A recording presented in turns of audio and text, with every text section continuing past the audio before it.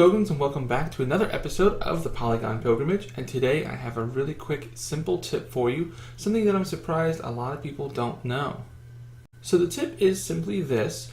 If you're working on a model, like I've been working on this gun here, and I decide, oh, for my high poly, I want this additional detail here, but I don't want it to be in my low poly. Now, if you're like me, what I tend to do is I build up the high poly first so I can get the entire shape of the gun, including all of the details, and it looks really good for renders while you're working on it to show people what it will look like in the end product. However, there's some details that we don't necessarily want in our low poly model.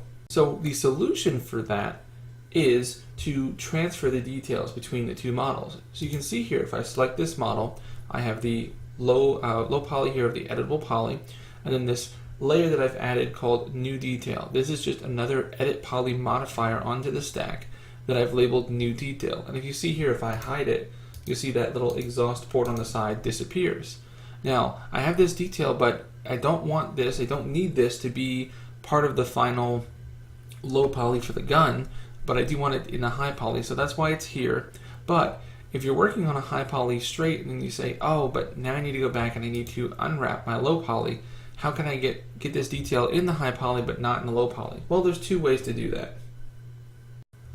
First, what you could do is, as most people do, they just generate two different copies of the gun. So I have a copy here and a copy here, and as long as you line them up together, when you do your baking, it should work out fine. But if you're like me and sometimes you want to have everything collapsed into one model, what you can do is go to your low poly here, get it all sorted and unwrapped, and then you can see if I bring up my UV editor here, so you just pretend I've got all this stuff pushed in here and it's all set, ready to go. What I can then do is actually copy the modifiers. So that's what we're going to do here, and you'll see it works out really nicely. So let's go ahead and do that. I'm going to take the modifier from here and I'm just going to say copy. And if I go here, and at the very top I just say paste. There we go. Now you'll see the new details are on top of the unwrap rather for the low poly. So now I have everything condensed into one object. So I can just simply hide this, save this out, export this as my low poly, and then turn on the high poly details, and then export it again, the same object as a high poly.